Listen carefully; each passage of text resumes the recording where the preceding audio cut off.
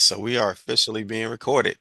All right, fellas. So we're gonna get going with this chapter that we were on, chapter 8, and the Mm, title of this chapter was "The Male as Provider and Protector." And this was the chapter that I had not read earlier when I read the book. So this was brand new to me.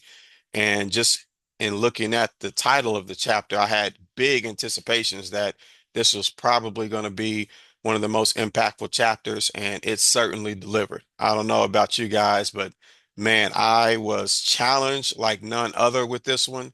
And it really caused me to take a look in the mirror. My guy Anthony's on. What's going on, Anthony? You good, man? yeah, I'm good. How are you Good. guys? Good, good, good. Hey, I don't know if you heard, but we're now recording these for the guys that aren't able to make it live. Are you okay with that? Yep, Okay. I'm All good. right. All right. Good deal. All right. So we're just going to jump off in chapter number 8.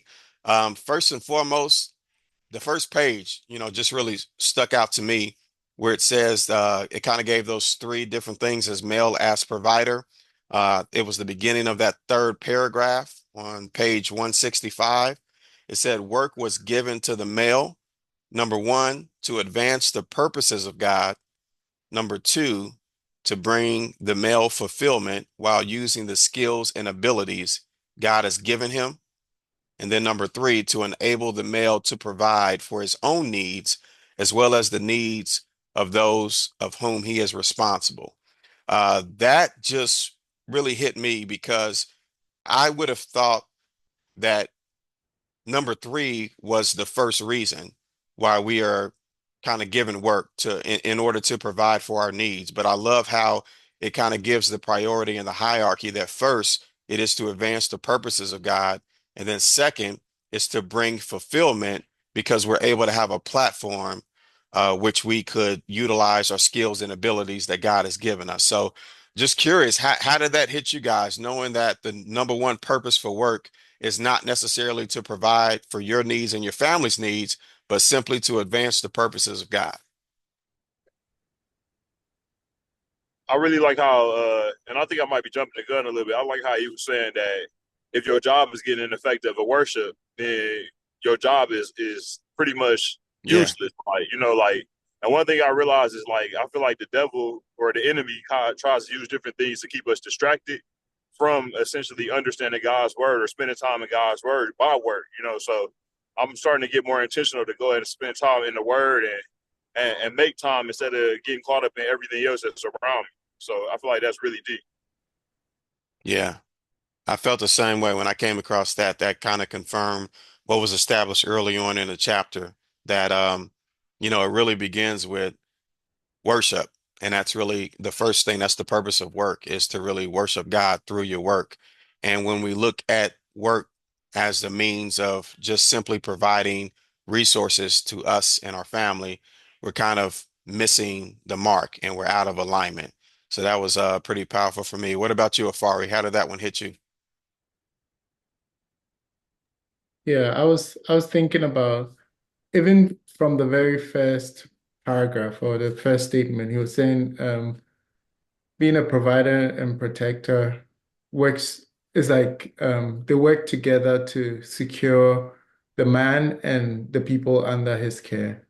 And the idea of securing is really also about making something free from danger or making it stable and firm, make removing fear from the situation, and also like making it fixed and fastened to what it's supposed to be. So um, I just think that that idea going in is like removing threats, removing fear, removing, making it stable. All of these things are the objective of being a provider or being a protector. And so if if you're involved in work and if you're doing like your goal is to protect your family, I think it's very important for us to understand that the end goal of it or some of the goals of it is to remove anything that threatens the people in the family Mm, yourself. That's good. that anything that causes fear for them, anything that causes them to feel unstable, or you yourself to feel unstable.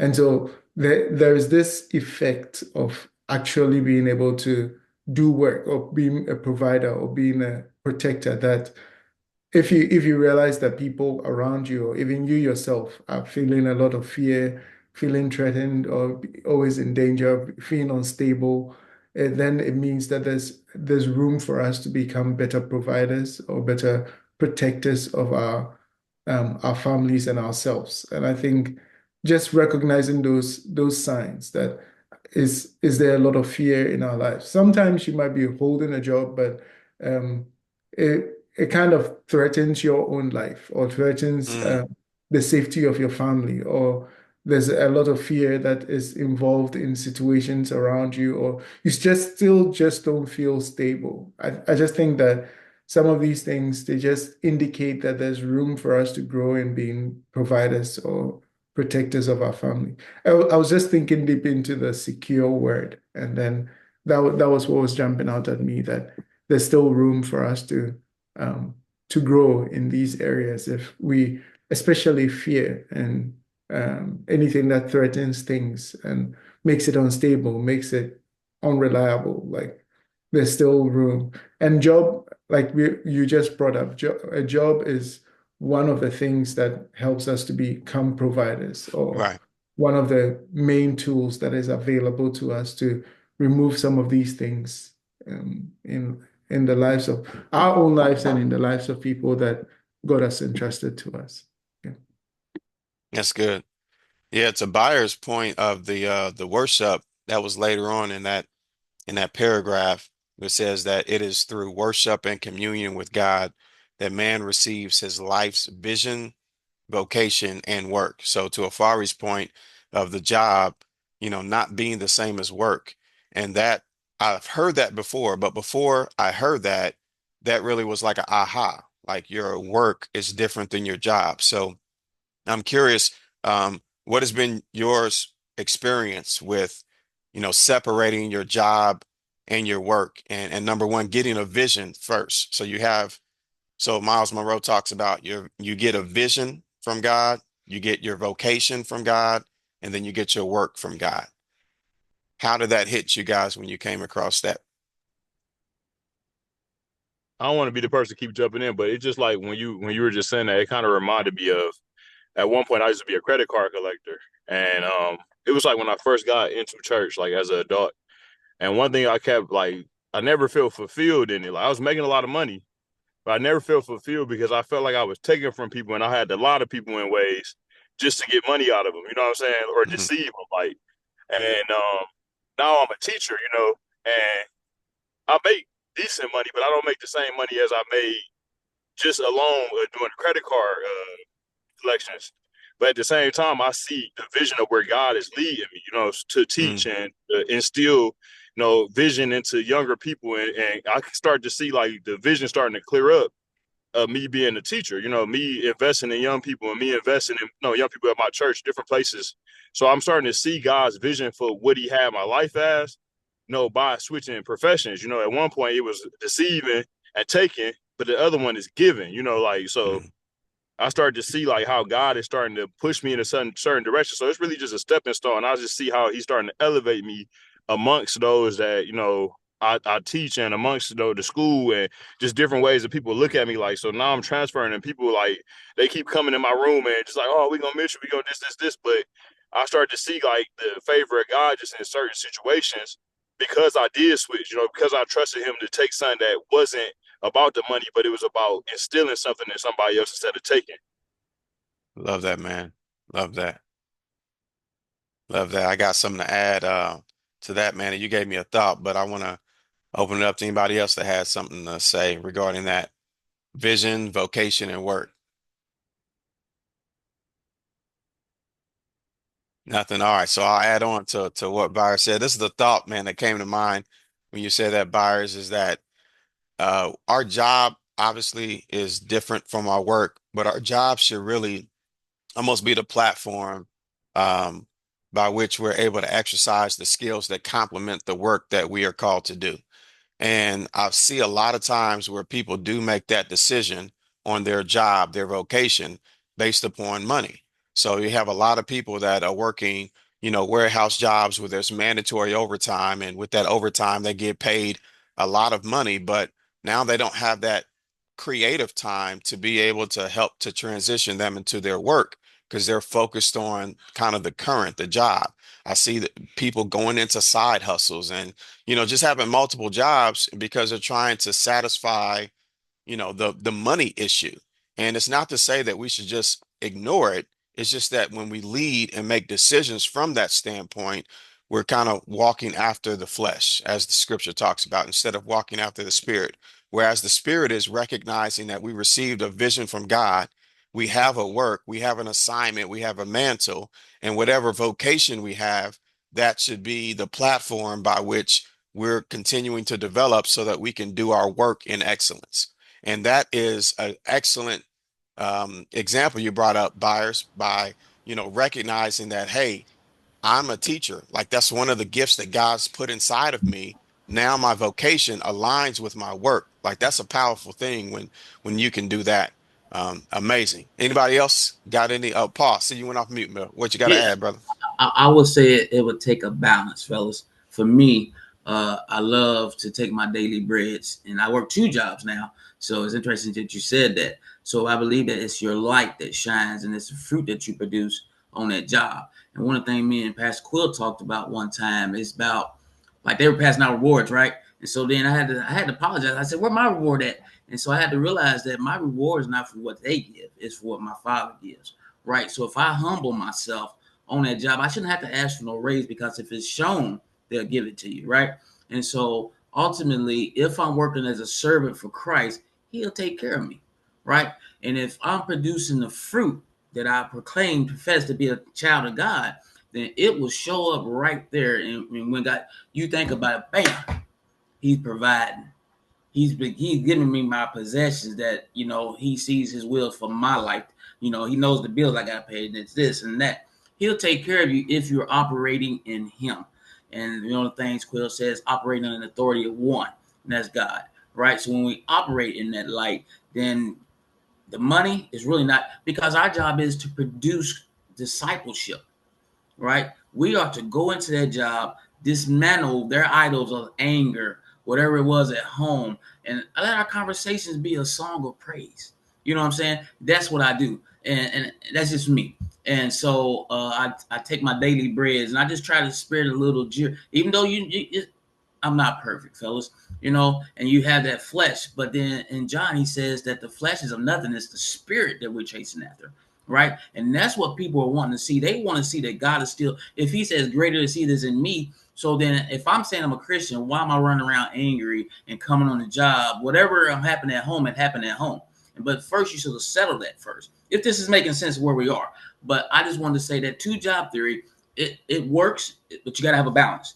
You can't let that workplace overtake your going to church on Sunday or your Bible study, Right. or things of that nature, because now where you put God, now you're chasing after the bag and not chasing after that continued growth in Right. the spirit, right? So that's all I got. No, thank you for that addition. And I'm glad you clarified that. So it's not that having a second job is somehow contrary to God or your ultimate purpose. We just want to make sure that, we're not sacrificing eternal things for temporary things, if that makes sense. The Bible says that where your heart is, well, where your treasure is, your heart is also, right? And a lot of times we do all this to like make money because at the end, money is like still ruling and controlling us. When we're using money as the number one factor by which we make decisions, that's kind of operating outside of the will, because we know that 6:33 of Matthew says, seek ye first the kingdom of God and his righteousness. And to your point, Paul, all these things will be added because you're serving. MB, I saw you went off from you, brother. What you got to add? Yeah, and I feel like by me having faith and trust in God, like what happened is he started opening the doors in other ways to be able to make up the difference. So it's like you get caught in sometimes, like we call it chasing the bag, right? Hmm.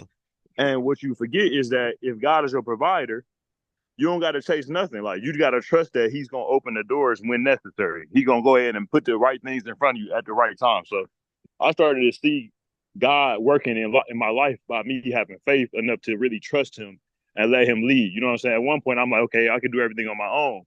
But then when I started to see him lead and how he just started setting things up and started to allow me to have different things and assets to be able to cover the difference, then it made sense. You know what I'm saying? And it built my confidence up to keep going. You know what I'm saying? To keep trusting him, to keep moving in faith instead of by vision, you know, by my sight or what I can do. But just trust that he gonna do it and he always gonna open doors and put the right people in front of me at the right time. So it's just been blessings like with my business and people allow me to work in like for like 6 months.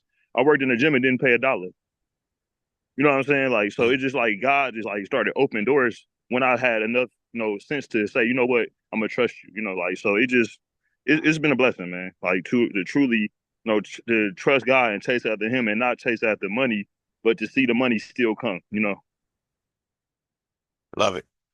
Love it. Well, later on in that same page we've been talking about, it talks about the man was given work before the woman was created. This means that before a man needs a woman and before he is ready for marriage, he needs work.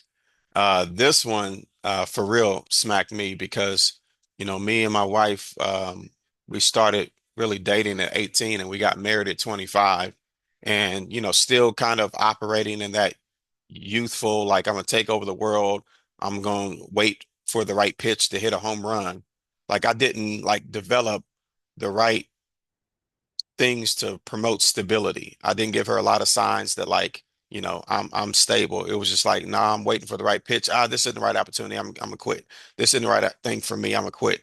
And I'm thankful that she ultimately took a chance on me and we got married. But when I look back, man, that's embarrassing times, man. Like I was not equipped for marriage because I wasn't thinking like the fact that I need to already be capable of providing for her.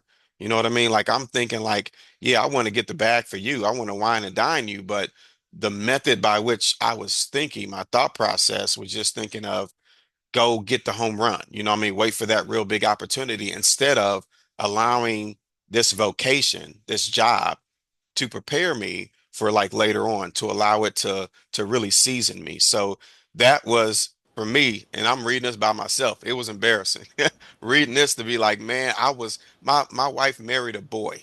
If I'm being honest, she did not marry a man. I had to grow into that, and that's why groups like this is so powerful and important because young men who want to be married, they need to understand really the prerequisite for marriage, which is having a vision, having vocation, and having work. What you got, Paul?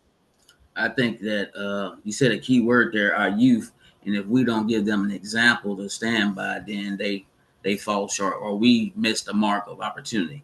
But I think here on page 168 stood out to me.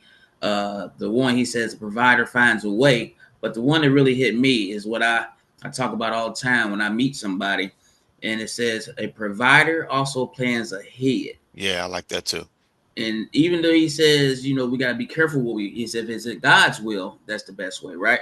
So then he says the problem with many men today is that they operate in crisis mode. Right. They wait for financial problems to come to them instead of sitting down and planning for the needs of their family 5 or 10 years in advance. I don't kind of agree with that because we don't know what tomorrow going to bring. But if you got an idea of the goal, like you say, vision, at least I got something to work towards. Mm-hmm. And then he says a provider anticipates needs before they arrive. A loving husband always thinking about what his wife is going to need tomorrow and plans for it today. I think it starts also too in the dating sense because you kind of see where people are spending. You see what their ideal of if they're luxury or they high maintenance. You know what I'm saying? That's something you got to deal with. And if that's what you choose to do, that means you gotta do a James Evans. You gotta have those 5 jobs, okay, to take care of Flo. And so I think too that even if you have a middle or low maintenance, you build up together. I think that's a great idea. So like what I always say is, hey, do you have a will made? What's your financial goal? What's your goal? So then if they're willing to sit down, let's see our financial structure, what's coming in, what's going out. Do we have a vacation plan? You know, do we have something for the kids? You know, let's not let them know about it because they might take us out of here, but at least let them, you know, let us see what we need to do for our children and grandchildren. But I think ultimately is to satisfy our goal to help each other grow. And you know, no woman should work two jobs unless that's just the ideal. My mom worked two jobs. It wasn't that she had to, but she said I love to travel, so that was her travel check. You know, and her husband gave all the money to her, and they put in this one kitty, and she made sure everything was taken care of. It works, it works. You know, Right.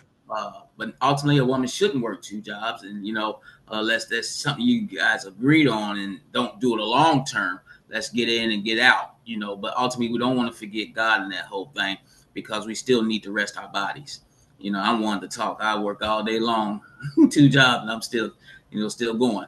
But I think it's ultimately we have to be those providers. Whenever I get my wife, yeah, I'm telling you, it's gonna be. I think that there's a woman out here right now wanting a guy that wants to do these things and not just have all this fun. And then when, like he said, crisis mode, we Right. should, you know, when it comes, we already got something set. Okay, we got this bill, we got this money right here. Let's go ahead and dip it into that crisis, and then we don't fret none about it. If we're seeking God, He's gonna take care of it. Not that we're gonna be a sunshine and everyday thing, but we're gonna have some issues. But if we know that we've been taking care of God's business, He'll take care of our business. Psalm 37 tells me that if we give God the desires of His heart, He'll give us the desires of our heart. But we got to trust, commit, and delight in His structure, not in our own. That's all I That's got. real good. That's real good. Yeah, you said a load there, and a couple things I definitely wanted to comment on. You said that, you can go and go and go. And that even after two jobs you're going. And that reminds me of right above what you pointed out, Paul, uh that chapter, or that paragraph rather. It says that we derive satisfaction from completing our work and from conquering a task.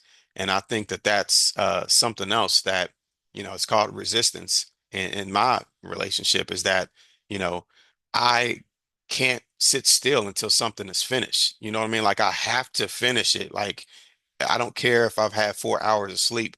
I'm not going to be able to have peace until that thing is finished. And it was so comforting to know that God hardwired that and coded that in the fabric of man, the male man, you know. And it was just a sobering thought to me, like, okay, I'm not alone. I'm not crazy. I just thought something was wrong with me because it was just like, okay, this doesn't make sense. Like I am sleep deprived, but for some reason, when I lay down, I don't have peace. I don't have rest because this thing is still on my mind. And it's that thing of completing the task that is just inherent now that we're learning, that God put in. What you got, Paul?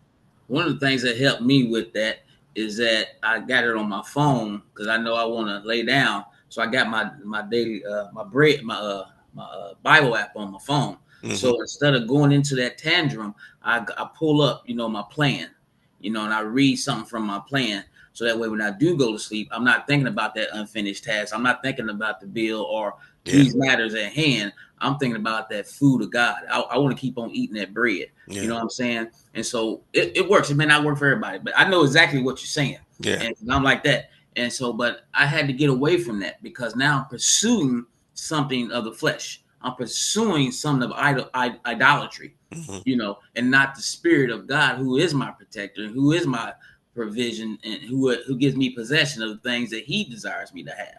Yeah. You know, the biggest thing is God's will is for us is to overcome these challenges by trusting Him and depending on Him, not co-authorship, dependentship, but the whole thing.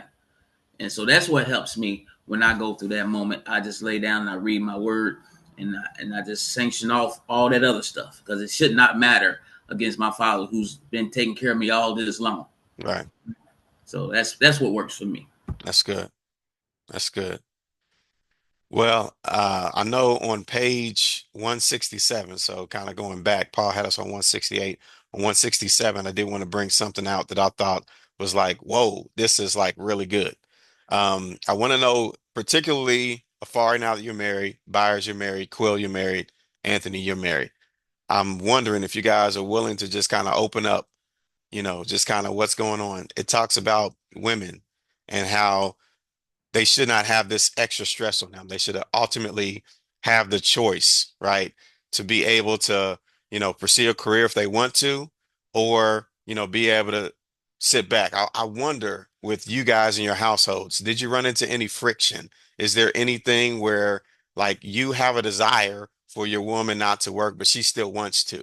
I'm curious. Just, I mean, like we've had some of these conversations in my household. I just want to know, am I alone? Is there somebody that can kind of give me some insight on what has worked for you guys? What you got, Byers? What you got to add, man? Well, I'll let Afari go first. So I think I've been talking a lot. I'll let somebody else go first. All right. Ain't Or nothing I wrong can with go. I that, can man. go. Go But ahead, man.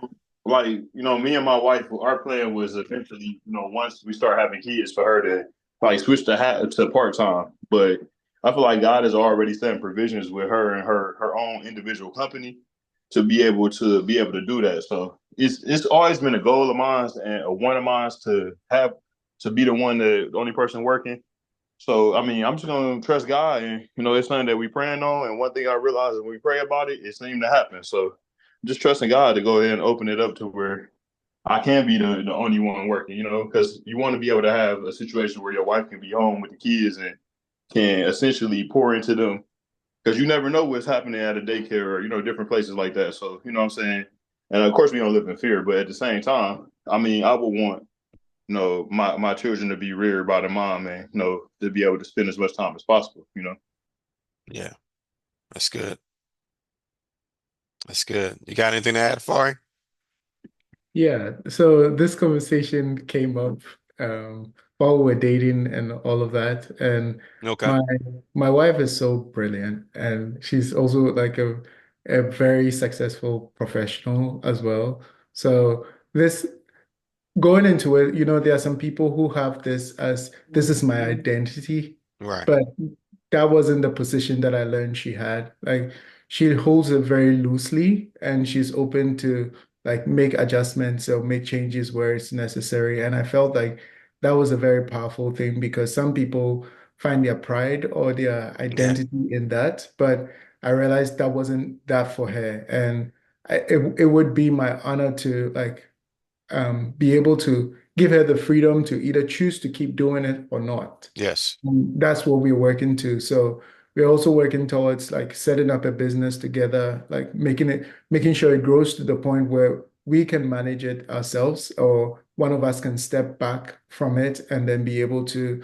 I mean, rely on that income as one of the things that works for us. And so it also ties in with something that we were talking about. He said a man should know his work before he gets married. And we realized he didn't say a job because Yeah. anyone can hold a job for a long time without Right. even realizing what their life's work is. Hmm. And work really reflects what um,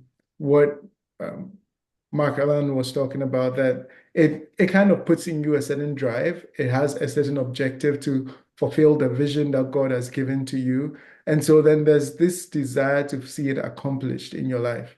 And so just identifying which direction it is. And your work can take different forms in terms of jobs. Right. And so you can do the same work that you're doing if it's about supporting young people, if it's about creating opportunities for others.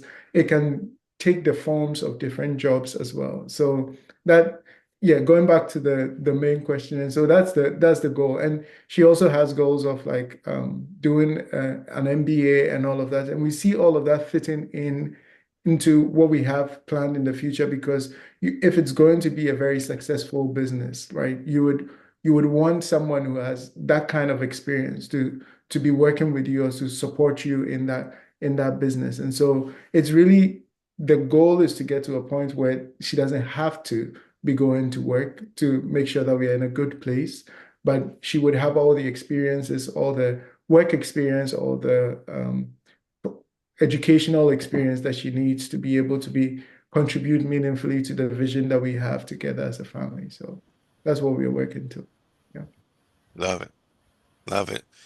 That's some good stuff. Paul, see you off mute, man. What you got to add, brother? Even though I ain't married, I think the key part right here is if I meet a woman that's already talking about not working and without no goal, Hmm. I'm gonna drop it like a bad box of rocks. You got to have somebody got that same energy and that same drive, but also Yeah. what you bring to the table to be able to do that. Instead Right. of hitting me with, well, when I get married, I'm done working. You can't just say that. You got to Yeah. have something put in place. You know, unless you got it already set up and I'm just coming along to compliment it, Yeah. or I got it set up and vice versa, whatever it is. I think that has to be a conversation that had to be said. Like you said, Afari, that it's a common goal that you guys got together. It's a conversation you're having together. She ain't just hit you with I'm gonna quit. And you said you would love to pleasure her with that. You know, you ain't come in saying, well, you ain't gotta work, baby. You done now. Right. No, you said we're gonna find a thriving business that we can produce something together out of it that complements us as a job that we did. And we don't have to entertain the outside world because it's something that we're doing for one another. That's what I got out of it, being unmarried. Thank you. That's good. What you got, Anthony? I mean, my wife and I never really that was never really a topic. I mean, because we started out on the bad side anyway. I mean, because we started out with 2 kids already before we got married. So like it wasn't really a conversation that we really talked about. Now she mentioned it. Like I would, if she wanted to stay home and I could make it shake, I wouldn't have mind. Like I was either or. But when she did start working, because we needed the extra income, she just has a tremendous gift in teaching. And I was her biggest supporter of, hey, like you got a gift in this. Like you gotta take what the Lord has given you. And just a little bit about her story is, I mean, she started out as a IA at a Renaissance school, which transitioned into a position at a charter school. Well, that position led her. She was so good at what she was doing. They kind of did her wrong in some areas, because they were hiring people that they knew, family members of theirs, and they were putting her in her spot. So she was like, she just told me she was just frustrated because mind you, she didn't have no college education. She just had a high school degree. And I just kept on saying, hey, you're gonna have to go to you gotta go to college. Like I feel like you need to go get your teaching degree. So with charter schools, they play by their own set of rules. So they moved her from being I forgot what her title was, but she was pulling individual groups and working with kids on extra like reading and stuff like that. So she transitioned and she's like, well, I just want to be a teacher. So she went and they hired her and put her in a kindergarten position. Mind you, she has no degree. She has no college education. She has nothing. And when I tell you she was the best teacher that they had, especially in kindergarten, any teacher in the whole building that had a kindergartner requested them to be in her classroom. She was training future teachers of America. She got all the effective teacher bonuses. Like she was just really good at it. And when people kind of like, well, how is she doing that? And she doesn't have it. How is she teaching? She has a degree. I'm like, hey, that's nothing but the Lord. I mean, that she has a gift, and so she's really just good at it. And I'm more of a fan of hers and trying to help her propel herself to even greater things within the education system. Like I feel like to her, I mean, with her, the sky's the limit. And like if she gets to that point of exceeding over me, hey, like I'm her biggest cheerleader because I know what the Lord is doing within her. So like I never really I was never really a guy that got in my feelings on that. Now I was a guy that I worked 3 or 4 jobs at one point to make ends meet as well. But I was never really that type of guy that like, oh well, she's making more than me, I'm gonna have to figure something out. Or and she made more than me for a while.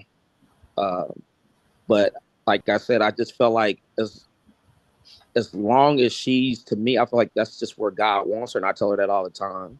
And as long as she keeps pushing back, he keeps opening different doors and creating all these avenues and all these accolades that she's creating as a teacher. It's just crazy to watch. I just want to add something to what Anthony was saying. Now, it's being a provider includes giving permission to be who the person needs to be, or That's good. who your partner believes they have capacity to become. And also he mentioned something about being a cheerleader, like being supporting them and being their cheerleader.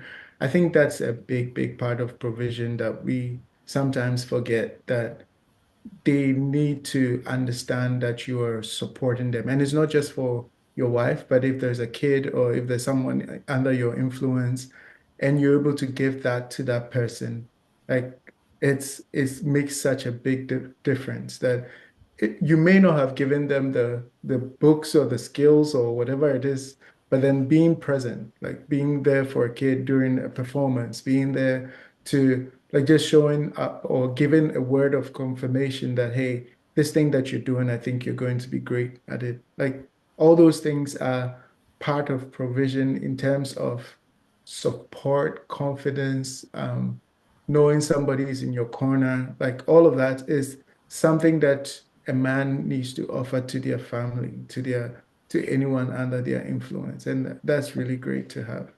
Yeah. I like to add something too. I know I've been talking a lot because I got to get ready to go to work in a minute, so I'm gonna get all mine out now. But I think of what I'm we're mad hearing. at you. I think that what I'm hearing is one thing is we have to we got to provide a safe place of vulnerability for our women. They have to be able to know that there's a safe place for them to come to cry. There's a place for them to be strengthened and encouraged. I think that we provide them with mental stability, physically, spiritually, right? To equip them to know that they can come home and know they're not walking on eggshells, know that hey, that's my ride or die right there. If they don't feel that, they'll find somebody else, fellas, and they'll go into a deep depression mode. And once they get in that depression mode, it's kind of hard to pull them out because they don't trust you no more. And once we lose that trust, we lose the vulnerability. They have to be able to be made to cry, trust us in the hardest crisis moments, whatever it is. We have to provide that for them. It's not just about money. It's not about money. It's about providing them that knowing that I'm a Christian man and I'm going to treat them as Christ would treat us.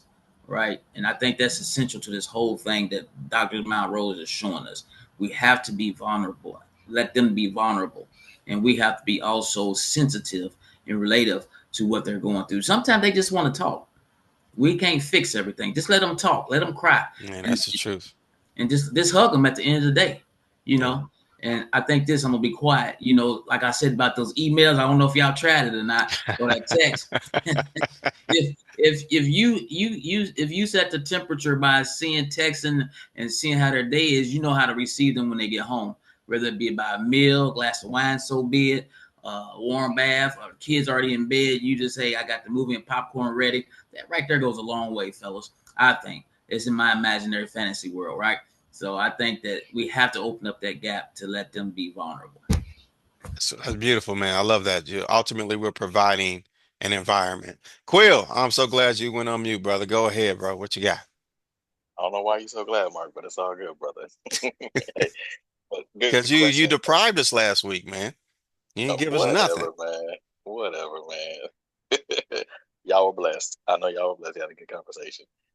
But no, to answer the question regarding the conversation regarding working or not working, my wife and I, we had a conversation before we got married, and I told her this: I will continue to cover all the bills as long as you continue to cover for the daycare and whatever other bills that you want to have, such as your cell phone and everything else. I said, as far as everything that we have as a family, I will make sure we cover. Now, over the years, our income has far surpassed that, so we're able to do other stuff. But I don't think any of us should neglect the fact that women nowadays, they want to contribute, and it's up to us to nurture that as long as we continue to keep God first. Because what can happen is, and I've seen this happen plenty of times, and it's sometimes happened in my own marriage, to be quite transparent, is we start to nurture the flesh part of seeking to provide and not allowing God to provide. So when we start nurturing that seeking, that selfish nature to provide, and we start chasing careers, chasing the money, chasing all these things and put him on the back burner, your marriage goes to a turning point. And then you have to right that ship. And I'm saying that from experience because that's actually what we've been through, to where we were seeking the careers, or I was seeking the careers, or she was seeking the careers, and the money was coming and the promotions were coming, and we neglected to put him first. And what ended up happening is a wall started to be put up in our household. And it was hard to tear those down because we put all of this natural things, the money, the jobs, the furniture, the cars, whatever it may be, and that became our purpose, and not seeking to fulfill the design which we were created for, which is to give God the glory, the honor, and all the praise. It's good. MB, I saw that you went off mute, man. What you got? It's off the topic we on, but I thought I seen something profound, and it was maybe the first time I seen Miles kind of contradict himself. And sorry, my dog's in the background, so if you hear screaming, that's them. But on 170, he was kind of speaking to a boy, and then on 174, he was speaking to a man, and the differences between the two. Like the boy, if he get to a point that he loses his job and his wife says something to him that hurt his feelings, he runs away. Yeah. But the man, he has a different understanding, and because he understands who he is in God, then he's there to stay. He's a strong tower in the way. You know what I'm saying? So he's planted. He's on a foundation that kind of speaks to the difference between the boy and the man. And what's funny is I don't know if anybody else can, but I can see myself in this. Like when things would have got hard for me when I didn't have God as my anchor, it was like, okay, if anything ain't going my way, I'm out of here, but now it's like once you get to a certain point and you start to see God working in your life and he build that confidence in you, you know what I'm saying? You start to see different things and you stand different on different words. You don't take certain things to a certain level. Words don't have the same effect as if it would if you didn't have God as your anchor.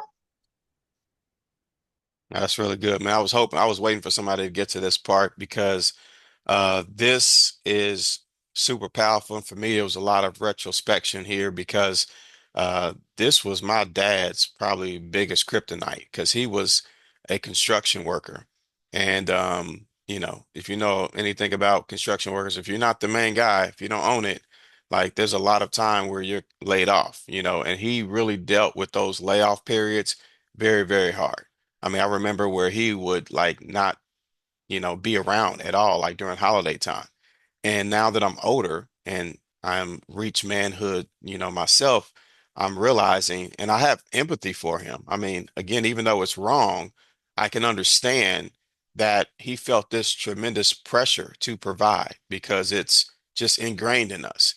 And because he felt like he couldn't, he just did different things. He attempted to drown his sorrows or hurts, in a bottle, which is one of the reasons why, I've never been drunk and really don't even like drinking now because to me in my mind, it just triggers, escapism, and you're trying to get away from something. Even in this moment, this is why I did not pursue, construction, even though 80% of the males on my dad's side of the family work with their hands. Like I attributed that to I'm vulnerable. I could be laid off and then that can cause me to feel less than, and then I run away to a bottle. Most of my uncles are, can be drunk. They're, that uncle that they talk about at the barbecue who talks crazy, like that's my uncle's times eight. You know what I'm saying? Like everybody's like that.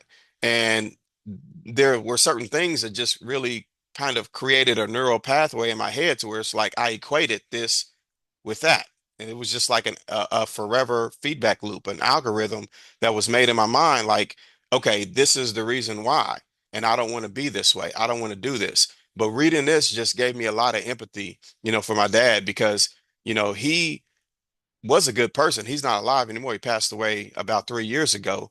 But going to his funeral, it was a little hurtful because I'm hearing my cousins talk about how great of an uncle he was, and everybody talking about how great of this, but because of his shame of not being able to provide in certain seasons, that caused him to run away. And the uncle that everybody was saying that he was, we did not experience that, you know what I'm saying, as his children in the father role. Because as an uncle, you're not responsible, you know what I'm saying, for them. So you can be that funny uncle that makes everybody laugh and everybody loves to be around. But when you run into that daddy role and it's not just making us laugh, but it's making an environment for us to feel safe and protected and provided for, he felt like he failed miserably. He couldn't handle that pressure and he used different mechanisms to escape. So this just caused like a lot of reflection, a lot of things where I think of in me, even though I don't necessarily take my physical body out of the house and escape, I still have mechanisms that I escape with. And that caused me to challenge myself to say, you know what? I'm not going to run away. I'm going to sit in whatever failure I've had in this season and always continue to move forward. So I'm curious, has anybody experienced that in themselves, or do they have a similar situation where they can recognize that in another man in their family? I see you went off mute, Anthony. What you got, man? Um, just speaking more about myself, like I've always struggled with that. I've been laid off maybe once, but I've always struggled. My mindset was always, I was always have anxiety or worried about losing my job. And that Yeah, was always big for me. yeah, And it wasn't until maybe 4 years ago, maybe 3 or 4 years ago, where and this has been like ever since I started working, like when I had a family. Like I've always worried about losing my job. hmm, And maybe about 4 years ago, I worked at the city of Indianapolis. I worked in the parks department for about 16 years. And I left and I went to Warren Township. I got a job there. Well, I took a job. Um, then come to find out, it was a grant funding job. So it was only going to last maybe 2 years, 2 or 3 years. And I don't know if it was my wife or my mother. Someone was like, well, this is only going to last 3 years. What are you going to do? And I was like, you know what? I'll let the Lord handle that because right now I don't even have time to even worry about it. Like I'm sick of worrying. I think yeah, it's what I use. yeah, And I would say it was a 3 years funded position because they didn't know if they were going to get the referendum to keep this position. So I would say year 2 of the school year, I applied for another job out in Westfield, Indiana, at a school in their school district, and um and I didn't hear back from them. It was like maybe 6 months goes by, and not only did they offer me a position, it was $20,000 more than where I was making at Warren. So, mm, uh, so I took that position because that wasn't a grant funded position.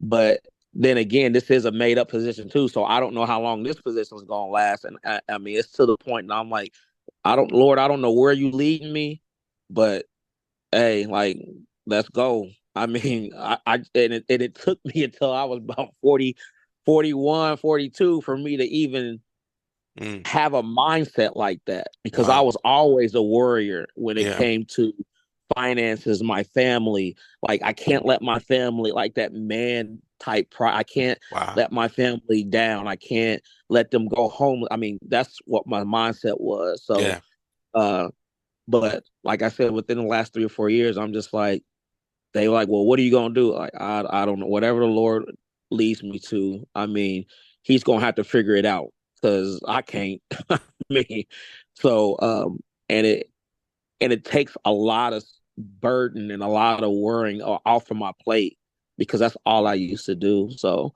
um and that was just a little uh testimony because like I know you guys, if you really know who I am, that was big for me to even mm, say, look, I don't even know what's going to happen in the next 3 years, but the Lord's going to take care of it. And that's all I said.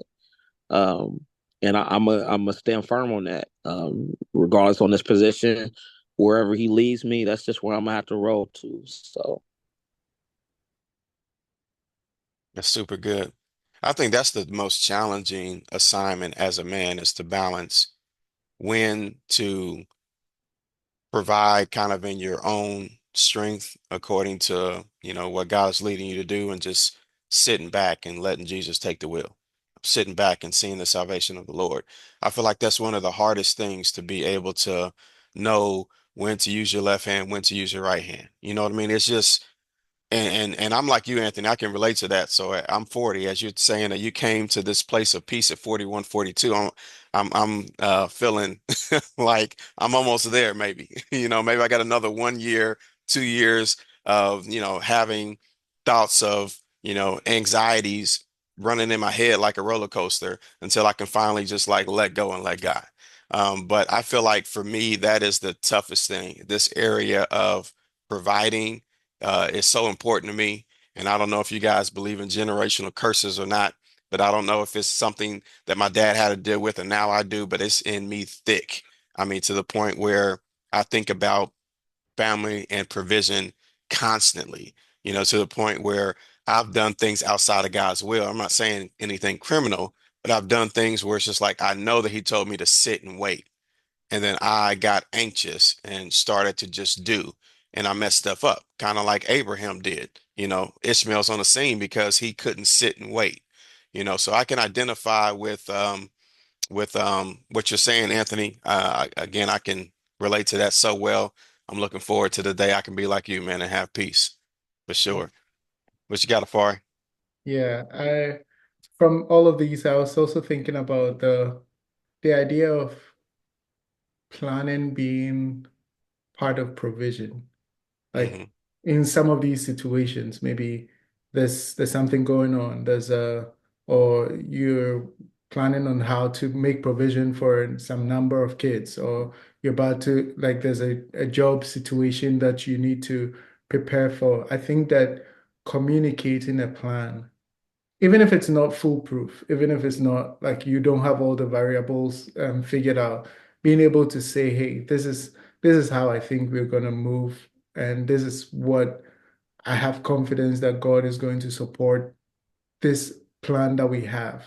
I think that's a big, big part of being able to provide for the family because it shares a vision, it shares what God has laid on your heart. And I've also realized that I was thinking about it when I read this chapter that and they mentioned it, I think, in Protector, but it was talking about ego, the role of the Yeah, ego of a right. man, that being able to understand that God has placed in you what it takes to handle the situation, being able to draw on all the skill sets that God has put in your hands, and being able to say that, hey, this is something I can do, this is something I can trust my partner to help with, and pulling all of that together in a sense of creating an atmosphere. It's not just what do they call it? Fake it till you make it. No, it's more of being truly aware of what your capabilities are and relying on God in those moments that, hey, this is what we can do. This is what God has done through me before. This is what I'm able to accomplish. And being able to pull all of that together in that situation, delivering a plan and then being strong, like giving that reliability or that sense of confidence that this is what God can do through us in those moments, I think is very powerful. And when I was thinking about it too, I figured that there was another part of it where it is being able to lighten the atmosphere. Like not about just creating jokes or anything, but purely being able to create relief. It could be something small to have your partner laugh, or like just sometimes you can feel the tension in the home when things aren't going well, or you can feel like the pressures of parents is trickling down into the whole mood or atmosphere of the family. And I think that's one thing that my mom did very well, that she had to handle, like when after my dad passed, she had to take care of 5 kids, some of them were in college. Like she could barely make the money to take care of everything, but she was still able to create an atmosphere where she would wake up and be singing hymns and worshiping, and like she would laugh with us. She would like, and I took for granted how powerful that thing was. But in spite of, we were all aware of what she had to deal with, but it still created more of a home than a place of depression or a place of like struggle or anything. And I think sometimes we neglect that part of our role, that we should shield our partners and our kids, if any, from those kind of pressures, and just make it fun to be going through the experience together. I mean, it might not be the most exciting time, but it really is something when you're able to reassure, or you're able to just compliment a dress or something like that. Just something Right. to create a smile in all of those moments. It's also creates a safer place than the situation makes it look like. What you got, MB? Oh, so well, I think what we all speaking on is that last paragraph in 177 to 178, Yeah. where it says, "So ego in itself is not a bad thing." So pretty much where I highlighted, it said, he better believe in himself to the point that he can say, "This can't overcome me. My God will supply all my needs." He Mm-hmm. can be confident because he trusts in God's provision. Like, so when we truly trust in God, in a way, that's like a praise to God. That's Mm-hmm. showing that we believe that He can do everything. So, like kind of what I was speaking to at the beginning is, whenever I trusted in what my abilities were, I got things done, but it didn't progress me. Like when I stopped trusting in my abilities and trusting in God and just moving Mm-hmm. off of wherever He leading me, then I kind of like how you were speaking to Abraham. I started to see things start to move out of my way. You know what I'm saying? I started to see things work, in my favor, where I constantly see God in the details. So I feel like anytime we truly trust God, then it's a praise unto Him, and then He gonna reward it. But when we trust our own abilities, it's part of that permissive will. He'll let you get through, but you just literally stepping on your own toes. Like Yeah. you stopping 100. your own blessing, like literally. Like 100. so it's one of the hardest things to take your hands off of things and just trust God and move along as He start to lead. But when you do it, it's a fulfilling feeling. Like you start to see, favor everywhere you go. Like so I can truly say that. Yeah, I like how you went to that ego part, and I like it was kind of extracted out and put in that little like gray section to the side where it says a man's ego needs to be built on the word.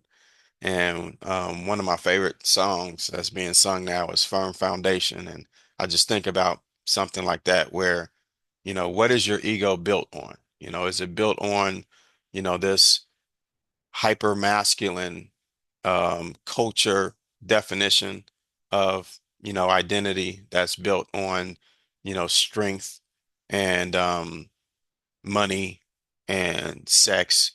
Or is it really built on, what the word says and the fact that you can trust that, totally, wholly, without having to consider whether or not it's going to, collapse underneath you? So again, these things just have been so sobering for me because I'm thinking like, okay, something's wrong with me because for the longest, I've been going to church, but I never really felt like a pew baby. You know what I mean? Like some people just seem like they live and breathe church. Like church is all right, it's just all right. Like I love God, but the way that church is done, it's like I don't need to be there 7 days a week. I don't like just love being there like some other people do. I'm definitely not one of these hood street people either.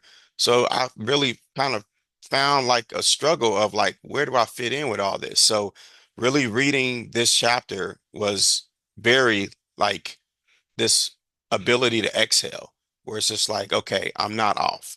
I'm not like completely peculiar or weird or different. It's like this stuff that is inside of me that's really pulling me. It's not like some external force pushing me, but it's something that's really pulling me. And I can now acknowledge that and recognize that it's been God. He's been orchestrating this kind of the whole time. So for me, it built a lot of confidence in me, reading this chapter. All right, anybody else got any final thoughts as we get ready to wrap up?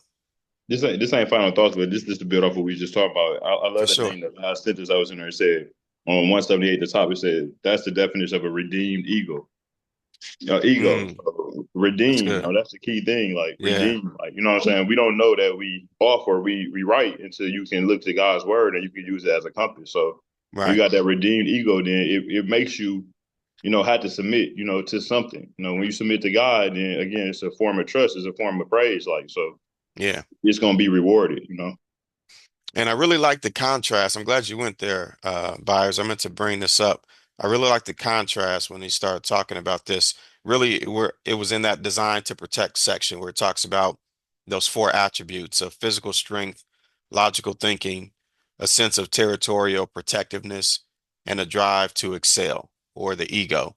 And I love the contrast that he talks about what that looks like when those attributes are submitted to God and His word, and then to see kind of how people who are still wired in this way are abusing those fundamental characteristics that are just inherent in the male.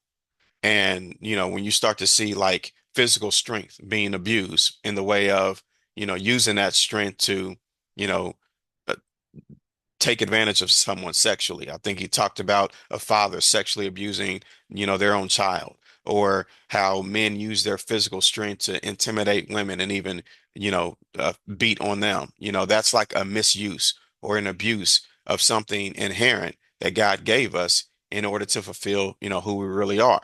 And when you think of even that ego part and, that competitive drive, that feeling of wanting to conquer, like it's so many people. That's why nowadays, to JP's point, he was talking about, his interactions with that young lady. And he's asking to like, hey, how many partners have you been with? Because that's the culture nowadays of like bodies, especially from the male perspective, that almost kind of like gives you more credibility the more bodies that you have, your body count, basically. So all of these things, this competitive drive, we see how when that's yielded to God, it brings beautiful thing and it creates an environment of provision and protection. Where that's not yielded to God, we see destruction. So I just love kind of like the contrast in those four elements there. Mm. I also wanted to mention the part that he was talking about. I think at the beginning of the protector part, he said, it is up to males to maintain God's presence, Yes. whether they're at home, jobs, or other places in society. They are to be protectors. And I think that perspective around protection being not just being the fact that the physical one, but also the fact that you're not the ultimate protector, but you're preserving the presence of God in a place, in people's lives, in a situation, and all of that. And so, just being the one to figure out how, like, to think through how God would want things to be in this place, and trying to take steps that would encourage people's awareness of God in a place. People's like when God is present in a space, there's so much peace, there's so much order, there's so much joy, there's so much um, protection that is experienced. And so not just about teaching, but also like making sure that the environments are conducive for people to experience God. It could just be something as simple as saying something to a person that makes them more aware of God's presence, or just removing certain things that are distractions from an environment that could help people to connect more easily with God. And also, like, just challenging things that are not of God. If it's an environment that people are just talking and somebody's just keeps going on and on, that causing fear, causing panic, and all of that. Say God is not the author of confusion, or he doesn't come to us with a spirit of fear, but of power, love, and self-control. So, like, just being aware of what is challenging what God's view on things is, and you being gentle or being strong in making sure that you're keeping it on course, like protecting people from those counter forces. I think that is an interesting part of being a protector that I picked up from this book reading it. Yeah.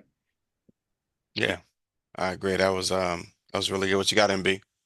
piggybacking off what Mike said, like one thing that let me know my wife was my wife was she had said something to me that I feel like no woman has ever told me. She like, when I'm around you, I can just turn off all my own guard feelings. Like, you know what I'm saying? Wow. That's So big, like man. I'm like, man, like, that was something that was powerful. I never thought of that. Like, you know what I'm saying? She feels so safe around me that Yeah. she don't have to feel like she gotta be on guard for herself for anything. Like, Yeah. and I feel like, once we start moving in God and we start trusting Him, we get that same kind of feeling. Like, you know what I'm saying? Like, Hmm. like when I'm trusting God truly and wholly, like it's like I don't have to worry about tomorrow. You know what I'm saying? I can trust that if I do my best today, I put my best foot forward today, that you're gonna make a way tomorrow. Like kind of Hmm. like what Paul was saying. Like when you get overwhelmed, if he go into the Word, he fall asleep and he at peace. Like. Hmm. So like I feel like that's one of the greatest things is when we really start really trusting God and we turn off that feeling like, okay, I got to do this myself. Then we just leave Him room to to be that husband to the church. You know what I'm saying? Like to be that provider, to be that protector, which He really is. Like because we can't protect nothing if He ain't Right. protecting us. Like Exactly. you know what I'm saying? Like so Facts. it's like it Facts. was like that was one thing. Like when my wife said that to me, it's like, man, like okay, this is her. Like, you know what I'm saying? I already knew it was her. Everything was lining up, but it was like the final straw. I'm like, oh yeah, like I'm doing this. Like, you know what I'm saying? So it was just a sense of understanding that, if I can give you that feeling and God is giving me that feeling, we on the way. Like, I just wanted to say that's that vulnerability piece right there. You gave her that notion that, hey, this is my safe place. You didn't give her a reason to run or anything like that. You gave her a safe place. So that's essential to even before you get married. It's gonna be too late when you get married. You got to know it beforehand. Like you said, that was a woman for you, but you provided ways for her to know that she was the man. You were the man for her. I think that's a good piece. Just going into a relationship. But I agree with you, Paul and Byers, man. When you were talking, I got this vision just in the moment. And that's why these groups like this are so beneficial because you can get something reading, but then in an environment where there's discussion, you just get just some type of download from heaven. But I think as men, we're in an amazing position, a phenomenal opportunity that the Lord have provided us to really have examples because men are visual people, right? So we have examples from our wives or women of what it looks like to allow a higher authority to cover you, right? And that's how we should be operating when it comes to God, allowing Him to cover us. Just as Byers was saying and Afari was saying, we're not the providers, we're not the protectors, we're just the instruments, the vessels that God is using to allow those that are under our authority to be protected and provided for, right? And then God now gives us an example of how to cover, right? So we have an example of how to come under a covering from our wives, and we have an example of how to be a cover from God. It's a beautiful illustration to let us see examples of this perfect role, this dual role that we have as men to both be a cover and also to come under a covering. So just a thought, man. That's why I love discussions like this, man, because I don't think I would have gotten that on my own. So I appreciate you, Byers, for bringing that out. Good stuff. All right. Any final thoughts, fellas, before we transition? All right. I'm not seeing anybody going off of mute. we need Quill to pop in, man. We need Quill, I man. Come know on. he only gave us one nugget today, man. That ain't right, man. You should. I don't know what's going on, man. That ain't a normal one. We only heard one thing from him. My bad, fellas. I'm up here trying to take care of stuff at the house too, so I apologize. Ah, Maybe you're I'll get more good, next week. man. I You're apologize. good. We just giving you a hard time. All right, so JP, you got anything to add, man? No, not really. I was just sitting back and listening. I actually didn't get the chance to read this chapter, so I was just falling back and just taking mental notes of what pages I really need to go over and really lock in on. But uh, yeah, honestly, like what I think it's MB who said it good. You know what I mean? He didn't know who was. I mean, he knew his wife was his wife when she said that she could be. You know what I mean? She could just pretty much take down all the guard and be around her and stuff like that. I mean, be around him. You know what I mean? And be herself. So I Yeah. definitely like. You know what I mean? I'm just taking notes. You know what I mean? On what I want what I should be looking for in just a wife, not just, you know what I mean, obviously the flesh, but you know what I mean, just the characteristics. You know what I mean? One thing about this little update on the young lady that we was talking about and stuff like that, we actually ended up running into each other at work. You know what I mean? She works at my same place I work at. Uh, and we had a conversation, you know what I mean? It was just natural, you know what I mean? She asked me if I wanted something to drink and I was confused. I was like, "Why are you asking me that? You should be hating my guts right now." You know what I mean? But I was praying it all that week. I said, "God, if it's not my will, but your will be done." You know what I mean? And now we're still kind of having conversations and starting to, you know what I mean, be friends again, you know what I mean, and just taking it from there and stuff. But just, you know what I mean, knowing that I'm making the right decision, you know what I mean, and just, you know, following God's plan. But I still don't know how to truly get out the way and trust God and to let Him take care of everything. You know what I mean? I think that's one of the biggest struggles. Like MB said it too. You know what I mean? Like he just got out the way and he just trusted God. And I would love to do that, you know what I mean? Because obviously, you know what I mean, one thing I wrote down, you know, and I'm not trying to go on a vent or anything, but it's like thought about it. I was like, he's talking about instruments, you know what I mean? I'm thinking to myself, oh, I can't play the drums better than God. I can't play the piano better than God. So why won't I just let him play the instrument, which is me? Because I can't play it better Ooh, than that's a him. bar, man. That's a You know bar what I right mean? there. So All right. so I was just thinking, I just really thought about that. I'm like, man, I don't know, God. I don't know why I just don't fully, completely, 100% lock in with you and stuff like that. But I'm trying. You know what I mean? But His thoughts aren't my thoughts. His ways aren't my ways. So, you know what I mean? I'm just trying to really, truly lock in and surrender fully. That's good. That's good. Good stuff, man. No, that was a bar, man. I'm gonna have to steal that. I'm gonna have to put a post Well, up about that one. JP, what you said is you don't know how to do it, but you just gave the answer of how to do it right in what you were saying. Like, stay in prayer, man. Like, trust him. Like, you know what I'm saying?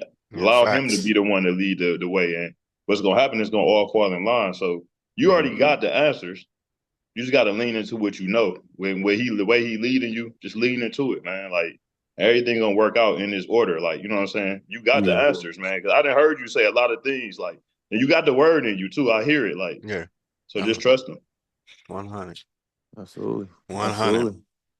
All right. So Brenton, man, joined us today, man. I'm curious, Brenton, what you get out of just kind of being a fly on the wall? I know you haven't got a chance to read the book, but did you get anything, man, that popped out? Anything you could relate to?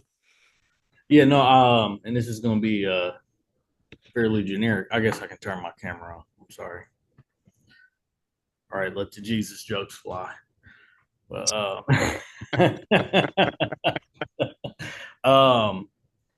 I kind of regret that when you first presented this to me that I didn't jump into it, but just sitting here listening and soaking up everything, I just really appreciated it. I don't think that there's necessarily any one thing that necessarily stood out to me. Kind of where I'm at and what I've been going through in life, it just was refreshing to be in just a camaraderie of other Christian brothers. Just to kind of, I don't know what the word I'm looking for is, but I just really appreciated the open discussion and us sitting here and, just everybody breaking down a perspective and things like that. That gave me a lot of encouragement right there. So.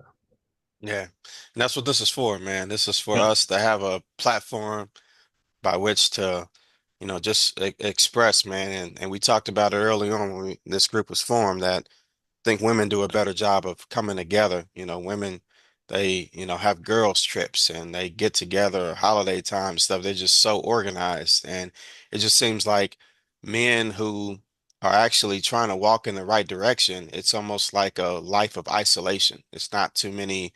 Like if you're still doing boy stuff and going to clubs and doing all this stuff, yeah, you probably can have a bunch of people that you see regularly. But if you got a family or you're focused or you're trying to build something big, I mean, it's a life of isolation. So it's very important for things like this where we can come together and again, word says how good and how pleasant is it for brethren to dwell together in unity. This just gives us an opportunity, to have a taste of a little pleasure. So, Sure. And it's really good.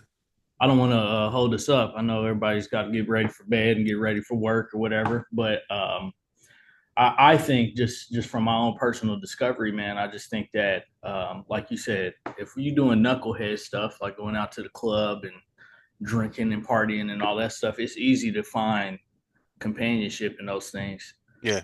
A lot of times as a Christian man, walking the straight and narrow, you just kind of self-isolate almost sometimes, just not even intentionally, just as a part of the day-to-day. If you got a wife, if you got kids, if you got work, you got all these responsibilities, it's easy to say, man, I don't have time for all these other things.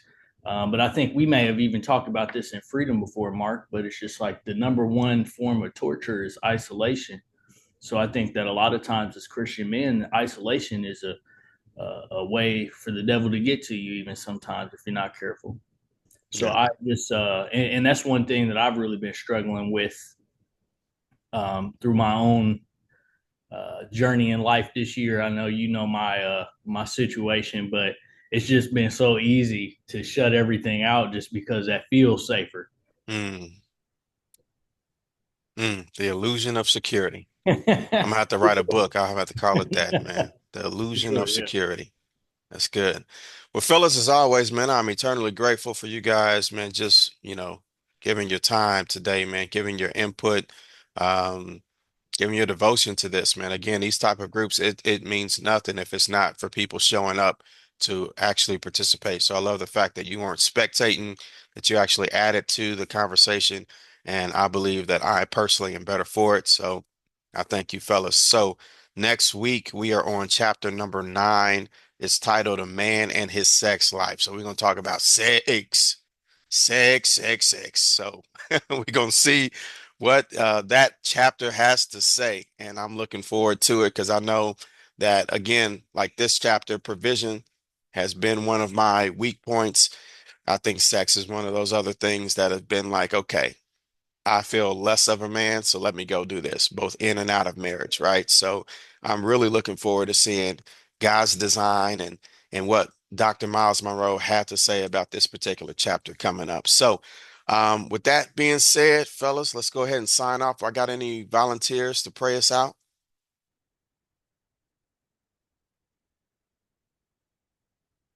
All right, I'm gonna have to quote Quill now.